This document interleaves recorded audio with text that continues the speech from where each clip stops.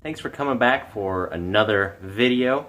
Probably one of the most requested things I've had lately are instructions on how to program the LCD screen, either the KT-LCD3 or the new KT-LCD8H. So I'm going to run through the settings on the LCD3 first because it's a little more tricky to get through the different menus and options there. And then I'll show you what the differences are on the new color screen as far as programming go. So first we want to turn the screen on, and you do that by holding down the middle button. And a couple of things you can test out on your bike. If you hold the down button as soon as you turn the screen on, that's what they call a walk mode. So if your motor starts going automatically and you see a little person symbol on the screen, you may have accidentally bumped that bottom button. Now we don't have a motor hooked up, so you can't see that per se, but that is one of the options from here. Now if you hold the up button, that's going to turn on the backlight, and that brightness is adjustable. That's one of the settings. Now as far as the screen itself, when we first turn on, we have battery life showing up here. We have the light symbol showing that it's on, so we've turned the backlight on. Pedal assist level, 0 through 5, 5 being the most assist and 0 being none. In the center you have your speed, then down here you have your distance, the ambient temperature, typically, some can show motor temperature, and then we have the motor wattage. Now if you press the middle power button just once, we get to a different screen where it shows us our average speed and our odometer, and we press it one more time. Now we have the maximum speed and the battery voltage. And then press that one more time and we go back to the main screen. To turn it off, you can either hold down the middle button for a few seconds, or if you actually just leave the screen like this, eventually it will time out and turn itself off. Now on the main screen, the distance that's first shown is a trip meter, and you can reset that. So all you need to do is hold the up and down arrows at the same time, and the screen will start to flash. You press the middle button and it will reset the trip meter down to 0. Now the odometer is going to keep a continual log of your miles, and there's no easy way to reset that function. So let's first run through the basic programming settings. First we need to turn the screen off. Now within 5 seconds of turning it on, we need to hold the up and down arrows. And we have the speed that starts flashing. Now this is the maximum speed limiter, so this may be turned down to limit your bike to 20 miles an hour. That doesn't mean your bike is capable of more. If it's 350 watts, for example, it may only be able to do 20 miles an hour. But if it's more powerful, you may feel your motor kicking off at a certain speed. You can increase that. The maximum allowed is 72 kilometers per hour. Basically that means it's never going to restrict the motor. Now if you press the power button again, you can use the up and down arrows to change the tire size. For a 26-inch fat bike tire, 29 inches is typically the right size, and down to a 24, usually I use 26 inches. Basically you want the actual tire diameter, not what it says on the sidewall, to get an accurate speed reading. Press the middle button again, and we have the miles per hour flashing. Now this setting changes both the miles per hour to kilometers per hour, as well as the temperature between Fahrenheit and Celsius. So if we press this up, now it's changed to kilometers and Celsius. Press it again, now we have miles per hour and Celsius. One more time we have kilometers per hour and Fahrenheit, and again we're back to miles per hour and Fahrenheit. So be aware that you have every combination in that one setting. So we press the middle button again, and everything stops flashing, but we're not back to the main screen yet. What you want to do to get to the more advanced programming settings is hold the up and down arrows again, and now we get to the P settings. So there's P1 through 5. So P1, the motor characteristics setting. According to the manual, what you want to do to figure out where to set this is take the motor gear reduction ratio and multiply that by the number of rotor magnet pieces, just rounding if there's any decimal. So that's word for word in the manual what it says.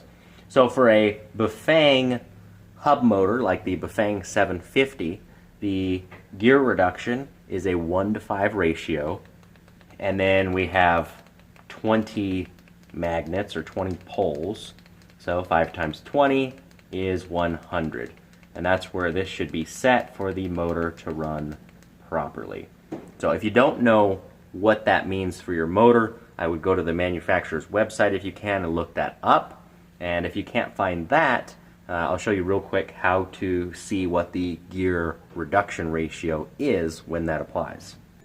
Now here I have the bare motor out of a 750 watt Bafang case. Here is the gear reduction. So we have these planetary gears here. So basically the motor has to spin 5 times in order for the wheel to actually rotate once. So that's the 5:1 ratio to figure out that P1 setting. Now as far as the number of magnets or the number of poles, if we slide off the opposite end, here we have the magnets around the edge of the motor case, and if we count those we'll see that there's 20. So we've got 5:1, 20 poles, 5 times 20 equals 100, which is going to be the right setting for this motor. Now once you have P1 set to 100 or wherever it needs to be, just press the middle power button once to get to the next setting, which is going to be P2. Now this is the motor pulse magnet setting, and what this is doing is detecting how many revolutions of the motor, and then it's multiplying by the wheel size you selected earlier to figure out how fast you're going. So for the 350 watt Bafang motors, here's a motor plate. It's a little bit older and rusty, but you can see there are 6 magnets on it. So for this one, we would set that to 6. Now some of the other motors, even from Bafang, will have a different number of magnets. For example, here's the 750 again, and on this motor plate, there's only 1 magnet. So I have found that some of the 750s, the right setting is 5, and that works well. Now you don't really need to pull apart your motor to figure this out. There are only 7 settings. You have 0, 1, 2, 3, 4, 5, and 6. So I would pick the one that seems like it's going to be the most logical. 5 often works well on these 750 watt motors. 6 is usually for 350s.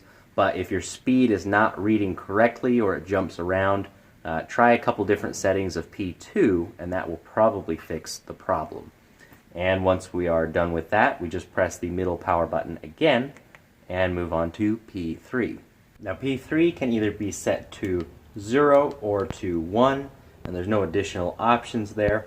And what that's supposed to do is change the relationship between the pedal assist and your power. So if P3 is set to 0, if you're on pedal assist 1, your throttle will give you less power than when your pedal assist is set to 2 or 3 or 4 or 5. Basically, the higher your level of assist is set to, the more power is available if you just instantly hit the throttle. So there's a relationship between the two. If P3 is set to 1, basically the throttle gives you full throttle all the time, and I find that to be the most intuitive setting. Now we press the middle button again to move on to P4. P4 is set to 0. When you twist the throttle or push your thumb throttle, the throttle can work at any time. If P4 is set to 1, the bike requires that the bike actually has to be moving through the pedal assist first before the throttle will work. So that means if you're at a stoplight, you're not pedaling, and you immediately hit the throttle, it will not work. So more of a safety feature to kind of force you to use the pedal assist. You can't actually bump the throttle, but I prefer to have that set at 0 and use my throttle whenever I'd like. And our last P setting is P5. If you set that all the way down to 0, this gives you the power monitoring mode of real-time voltage. So it's going to use the battery voltage at whatever it is to try and determine your battery level and how much range you have left. For a little bit more accurate reading, you can use the smart mode. So for a 24 volt battery, you'd want to change that to about 11, and generally it's recommended to put a 36 volt battery at 15, and same for a 48 volt. You can change that around a little bit based on your battery voltage. If you're going to go higher, you can increase that. And what that does is takes into account, you know, the fluctuations, and it tries to give you a smart guess on the battery meter up in the corner, so you have a better idea of how much range you have left. Now with P5 flashing, we can press the power button once and everything will stop flashing. We'll hold the up and down arrows again to get into the C settings, and C1 is the first option, and that is the pedal assist setting. Basically this can adjust the sensitivity of the pedal assist. It can also reverse the signal. So for example, if you put the sensor on the opposite side of the bike, which means the crank is rotating the opposite direction compared to the sensor, instead of moving the pedal assist sensor to the other side of the bike, you can just adjust this to a different number to get the signal to reverse, and it will still work. So good test. If your pedal assist is not working right off the bat, pedal backwards, see if it kicks on. If it does, then you need to adjust C1. We press the middle button again to move on to C2. Now this has to do with the motor phases. So if you have a sine wave controller, there's a 1 through 7 setting to select different phases. You can kind of just guess and go through those until everything works correctly. Generally speaking, you don't see these as often with those controllers. So for the Bafang hub motors, just set this to 0 if you're using a Bafang motor and a KT controller, which is very common in the Saunders and other bikes. And then we press the middle button to move on to C3. C3 is going to determine what your level of pedal assist is when you first turn on the bike. So if you set it at 0, when you first turn the bike on, the pedal assist will always default to 0, which is a good safety function if you want it to be that way. If you set it to 1, it will default to 1, 2 to 2, all the way up to 5, it will set to 5. Now if you change it to 8, like it's flashing on the screen here, then it will save whatever the last setting was. So that means if I shut the bike down and I'm on pedal assist 5, next time I turn it on it will be on 5. If I stop somewhere and I was on pedal assist 3, next time I turn the bike on it will automatically go to pedal assist 3. And then we just hit the power button again to move on to C4. The C4 setting is another one that affects the throttle. There's quite a few different options there. So if we have it set to 0, which is what I would recommend, then basically your throttle can always work and always has full power. The other levels do different things. If we change it to 1, then the throttle is limited to about 6 kilometers per hour until you use the pedal assist. So that gives you kind of a walking pace using the throttle. But if you start pedaling, then the throttle gives you full power. And then if you go through the other settings, there's different combinations of that. I find that those can be a little bit confusing, and sometimes you feel like the bike has a mind of its own unless you're really used to it. So I would recommend leaving that at 0. You know when you twist the throttle, it's going to go and you have all the power available, and that doing something else is not going to cause it to all of a sudden give you the power or not give you the power when you need it. And we'll press the button again to go to C5. This is the maximum controller output, 10 being the maximum. That means your controller is not limited. It's always going to give you the most amount of power that it can. If we turn it down, then it's going to gradually reduce the amount of power. So a 9 is going to be the maximum current value divided by 1.1, and then divided by 1.15, 1.2, 1.25, 1.33, 1.5, and then finally divided by 2. So a C3 basically is limiting your power in half. Now the 0 setting I've seen some people use, according to the manual, that's undefined on the LCD3. The LCD8H has those set up a little bit differently. But if you want to limit the power, 3 through 10 definitely give you a range, and 10 is the maximum, which is where we're going to leave it. And we press the button again to go on to C6. C6 is the backlight adjustment, so we can turn that up, 5 being the brightest, and 1 being the dimmest setting. And that's it. Move on to the next one, C7. C7 is the cruise function. That's either 0 or 1. 0 is off and 1 is on. Now that's something I didn't talk about earlier when we were back at the main screen. So if you're riding your bike along at 15 miles an hour and you want to maintain that speed without pedaling or without using the throttle, you can do that if C7 is set to 1. Once again, 0 is off, 1 is on. And all you do is hold the up button for several seconds, and the assist level will change from a number to a C for cruise control. Now when you do that, it will maintain your speed. The motor will continue to go until you either press a button, press your brakes, assuming you have your brake switches installed, or you use the throttle.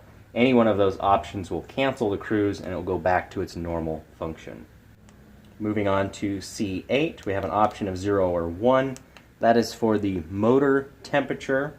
So we have the ambient temperature over in the corner, or if you have this turned on, you can also detect the motor temperature. Unfortunately, a lot of motors don't have that sensor installed, so even if you turn that on, you're not going to get a reading from that. So just be aware that that will only work if you have the sensor installed in the motor for that temperature. C9 is a tricky one that I probably would not recommend messing with. I would leave it at 0 unless you really want to set this for some reason. If you set this to 1, you've just turned the password on. So there's a 3-digit password that comes up when you first turn on the bike. There are 999 combinations. If you forget the password, there is no easy way to reset this to default settings. You have to unlock the screen to do anything further. So I've seen people locked out of their screen, give up on the password, and just replace their screen to get by it. The only other way to get around that is with a special wiring harness, plugging this into a second screen, copying the parameters from one to the other, and that can bypass it, and it's going to change all the other settings as well. But I generally leave that off because a password is really just not that effective, because somebody can still ride away on the bike. They just have to pedal. C10, we have a yes or no. This is a default setting, so if you turn it to yes and then you save that, you can return all the settings back to how the screen came. So we're going to leave that at no. C11 is a communication protocol setting. I would recommend leaving that at 0. If you were transferring settings from one screen to another with the special wiring harness I mentioned earlier, then setting this to 2 is part of the process of changing that. That's something a little bit more advanced. You're probably not going to ever need to use that. And we'll move on to C12. C12 is for cutting off the minimum voltage. So if your battery gets down to a certain point, the controller will shut off. Your BMS in your battery should have a cutoff to protect it, but it's a good idea to have a cutoff circuit in the controller as well as an extra safety measure. So the default is 4 for a 24 volt battery. That's going to give you a cutoff of 20 volts.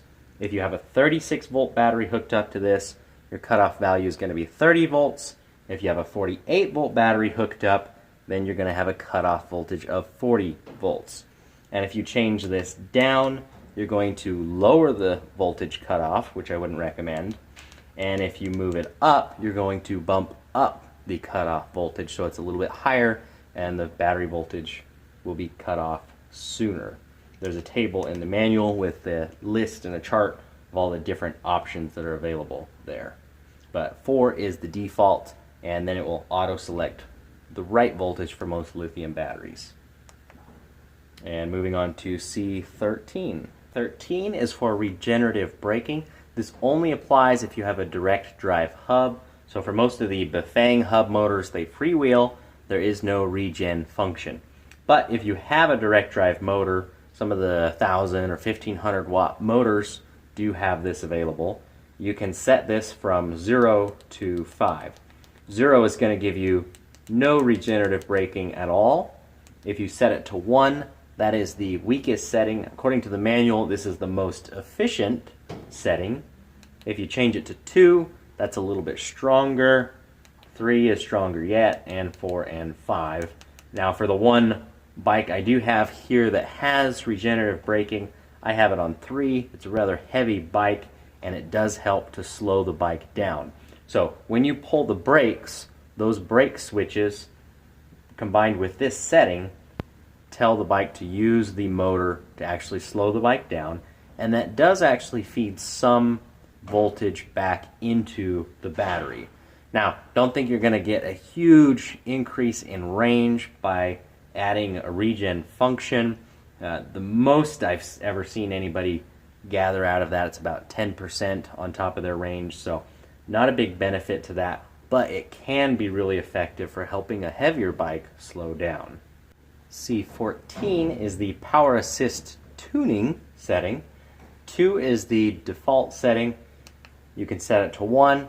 That gives the power assist a little less power, and 3 gives a little bit more power.